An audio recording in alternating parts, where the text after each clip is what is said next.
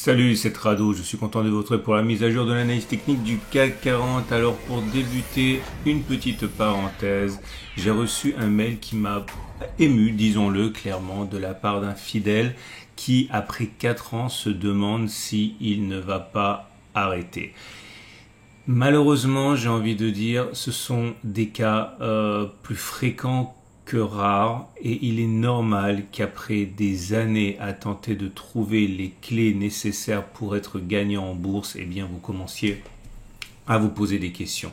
Et je dirais même que je ne connais personne qui soit en réussite sur les marchés de manière constante, qui ne soit passé par cette phase. Malheureusement, le fait d'être passé par cette phase ne permet pas en tant que tel de garantir que finalement l'histoire se terminera bien, parce que, il faut le dire, le trading c'est pas pour tout le monde. Il faut avoir le temps, il faut avoir le nerf, il faut avoir l'argent, il faut avoir plein de choses qui ne sont pas toujours en place. Donc j'ai envie de dire 3 choses par rapport à ça. La première des choses, c'est que tous les efforts que vous avez pu mettre à devenir un trader et qui n'ont pas abouti sont complètement solubles et utiles dans l'utilisation d'autres méthodes. Clairement, vous savez, ce qui fonctionne le mieux en trading, en termes de ratio gain et temps passé, c'est le trend following, ok.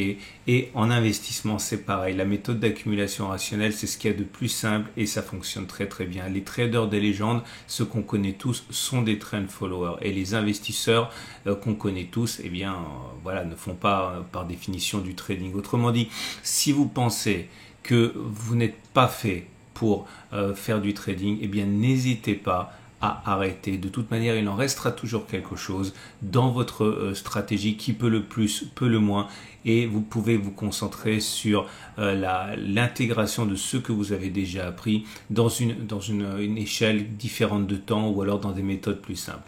Ensuite, si vous voulez insister, réussir coûte que coûte dans le trading, je pense que ceux qui échouent actuellement sont ceux qui sont dans une phase où le doute l'emporte.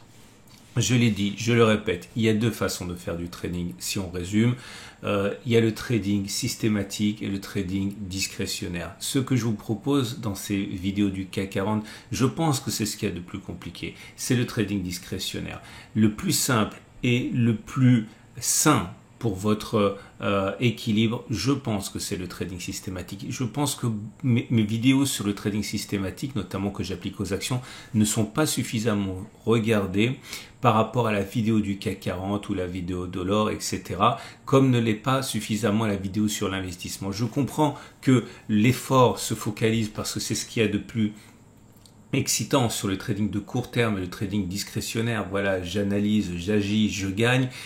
C'est beaucoup plus sexy que l'investissement, c'est beaucoup plus sexy que le trading systématique. Mais franchement, si vous êtes sur cette phase où vous commencez véritablement à vous poser des questions, jetez un œil à mes vidéos de swing trading sur action, où la technique est complètement différente, et peut-être que c'est ça qu'il vous faut tout simplement. Et également parce que ça prend beaucoup moins de temps, que tout l'effort est fait en amont lorsque l'on construit la stratégie, et pas en aval lorsque l'on essaie de savoir ce qui va se passer demain ou après-demain. Voilà, je voulais faire ce petit aparté, et si vous êtes dans cet état de nervosité, de stress qui fait que vous n'appréciez pas ce que vous faites, ou pire, que cela gâche votre vie, faites un break, arrêtez, et le marché sera encore là dans une semaine, dans un mois, dans un an. Voilà.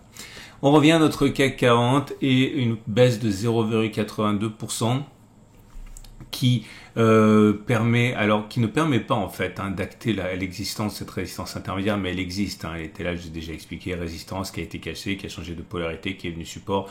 Alors elle n'est pas très forte, c'est pour ça que moi je l'ai enlevée, vous savez, j'en ai déjà parlé la dernière fois, mais voilà, tous les traders, tous les analystes techniques connaissent cette zone 70, 65, 71, 04. On n'a pas eu l'occasion d'aller la chercher. Je pense qu'on va aller la chercher, et c'est d'ailleurs sur ce niveau que les difficultés prochaines pourraient débuter. Maintenant, je ne suis pas dans le secret de Dieu, j'en sais rien, mais c'est vrai que c'est assez sexy quand même, puisqu'on a la résistance intermédiaire, les 50% de Fibonacci, et plus on attend, plus on a également, moi j'en parlerai un petit peu plus tard naturellement, mais bon, simplement pour mémoire, la moyenne mobile à 20 jours qui va venir épouser cette zone. Ça serait quand même bien pour la petite histoire d'avoir une confrontation avec toutes ces résistances. On verra plus tard, mais en tout cas, je pense que même si je privilégie, vous le savez, hein, à court terme, une nouvelle attaque baissière, je pense pas que ce soit totalement le moment pour l'attendre. Je pense qu'on va encore avoir un petit pic haussier, mais encore une fois, j'en sais absolument rien. Et vous avez également le chandelier japonais du jour qui du coup n'est pas très bon, mais il n'est pas odieux non plus si on tient compte de la mèche basse qui a montré la chasse aux bonnes affaires ici, donc ça c'est pas mal.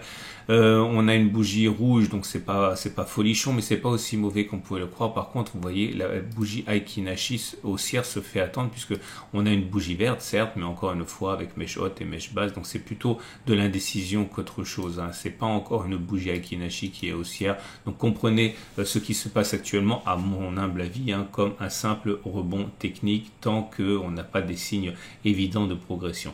La moyenne mobile à cette période, bon bah forcément, elle est pas favorable. On repasse en dessous et on est à son contact, donc voilà, la tendance immédiate est plutôt baissière. La moyenne mobile à 20 périodes également est descendante en autre zone. La tendance générale est baissière. La moyenne mobile à 50 jours, attention hein, parce que les choses sont en train de changer au niveau de la moyenne mobile à 50 jours, ça devient clairement descendant, on est en dessous mais on est au contact, donc c'est un peu entre deux, mais on va dire que la tendance de fond est plutôt baissière. Par contre, la tendance de long terme, elle, n'est absolument pas menacée. La tendance, puisqu'on est au-dessus de la M200 qui monte. Les bandes de Bollinger, pour l'instant, ne permettent pas d'avoir autre chose que de l'indécision. Elles ont déjà bien joué leur rôle, faut pas trop leur en demander non plus. On a eu notre T1, on a eu notre T2, on a eu notre bulle, on a eu retour sur la M7. Bon, on n'a pas eu retour sur la M20, mais bon, il y avait 3 scénarios sur 4 qui sont passés conformément aux statistiques. On va pas non plus se plaindre. Et les autres éléments techniques n'apportent rien de nouveau puisque bon, il y a tout est les indicateurs techniques rapides sont aussi, on a parlé du MACD, on a 0, on a parlé du stochastique, on a parlé et par contre les indicateurs techniques lents sont toujours baissiers comme le MACD. Bon bref, voilà, c'est assez typique d'un rebond technique. Regardez l'Ichimoku qui indique que pour l'instant c'est toujours mollement haussier, hein, puisque je ne sais pas par quel miracle on arrive à, si c'est un miracle mathématique, c'est une façon de parler, mais je ne sais pas par quel miracle on arrive à s'épargner le twist ici. Lorsqu'il y a un twist comme ça, on connaît l'objectif, hein, j'en reparlerai le cas échéant, mais bon, on est au-dessus d'un nuage qui est à plat comme ça, avec la tendance est plutôt de fond, est plutôt neutre, avec un balotage favorable au haussier, puisque le nuage est toujours haussier, enfin, il est bleu quoi. La Kijun est plate, la tendance générale est neutre, la Tenkan s'aplatit, la tendance immédiate est neutre aussi, bref. Pas grand chose à dire au niveau de l'Ichimoku de neuf, attention, ce genre de configurations sont propices à des trading range, et d'ailleurs le comblement du gap, hein, très vite, hein, dès la séance d'après, est juste, souvent un marqueur de tendance neutre. Hein. Regardez maintenant les trades possibles. Alors c'est toujours la même chose, j'ai envie de dire. Hein. Si vous pensez que le trade baissier est une bonne chose, on peut envisager de faire la chose suivante. Regardez, je vais reprendre la moyenne mobile à 20 jours. J'ai déjà expliqué qu'il y avait les Fibonacci qui passaient par là, etc. Moi, je pense que ce qui est logique de faire, si on veut entamer un scénario baissier, c'est viser le support journalier. 4,13% d'objectif. Si on met un stop loss à 3,3 comme ça, bon c'est pas mal, on a un ratio gain risque bien supérieur à 1. Maintenant, on peut également envisager d'être plus prudent et de s'arrêter au premier support, voilà, à savoir le début du support hebdomadaire à 2,9, mais là le stop loss va poser problème, hein, parce que bon, on est vraiment à 1 pour 1, ouais, ça tient encore, ok. Maintenant, si vous voulez, dans le cadre de ce trading discrétionnaire, en gros, vous faites ce que vous voulez selon votre appréciation du moment, mais il faut quand même avoir un ratio gain risque supérieur à 1. Normalement, vous pouvez attendre un petit peu, non, vous pouvez trader un petit peu maintenant. Ok, le ratio gain risque est un peu pourri, mais dès que ça remonte un petit peu au point de votre deuxième demi-position, ça vous permet de favoriser un petit peu, hein, le ratio gain risque. Maintenant, si vous voulez trader à la hausse, moi je pense que le mieux à faire, hein, c'est de considérer, je l'ai dit, hein, c'est des redites, tout ça, mais il y a toujours des petits nouveaux, considérer qu'on n'ira pas plus bas que ça et qu'on va retourner sur les plus hauts. Bref, je suis en train de vous dire qu'on serait parti pour faire du range comme ça, ce qui est compatible avec la forme du nuage et les gaps communs, etc. Donc l'idée c'est de viser 6%, d'avoir un stop loss à peu près 6%, donc ratio gain risque 1 pour 1, c'est pas génial, mais si vous rentrez qu'une demi-position maintenant et que vous rentrez la deuxième position alors qu'on sera plus bas, Sur la deuxième position, vous gagnerez beaucoup plus en termes de ratio gain-risque aussi. Donc ça va équilibrer, vous donner des choses un peu plus intéressantes en termes de jeux qui en vaudraient la chandelle. Ok. On va terminer comme d'habitude avec mon graphe intraday. À randonnée horaire, on n'a pas touché les repères que j'avais évoqués sur la séance, pour la séance de vendredi. Donc ça n'a pas changé pour moi, on en est là. Je considère que si vous voulez acheter, eh bien, je pense qu'il faut attendre que l'on revienne ici.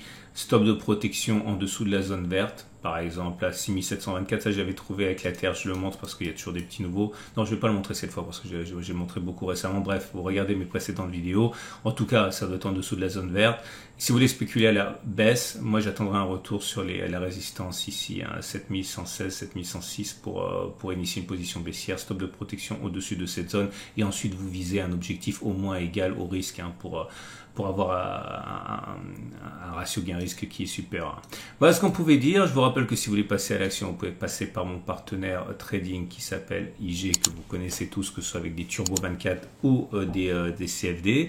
Je vous rappelle également que si vous voulez maintenant profiter des soldes entre guillemets pour accumuler et investir pour le long terme, eh bien vous pouvez passer par vous pouvez regarder ma vidéo sur l'investissement de long terme. Vous avez également la vidéo sur l'or. Bref, plein de choses. Et dans la foulée, ce qui arrive là, c'est la préparation de la semaine de trading pour les traders intraday. Excellente journée. À tout de suite pour d'autres vidéos.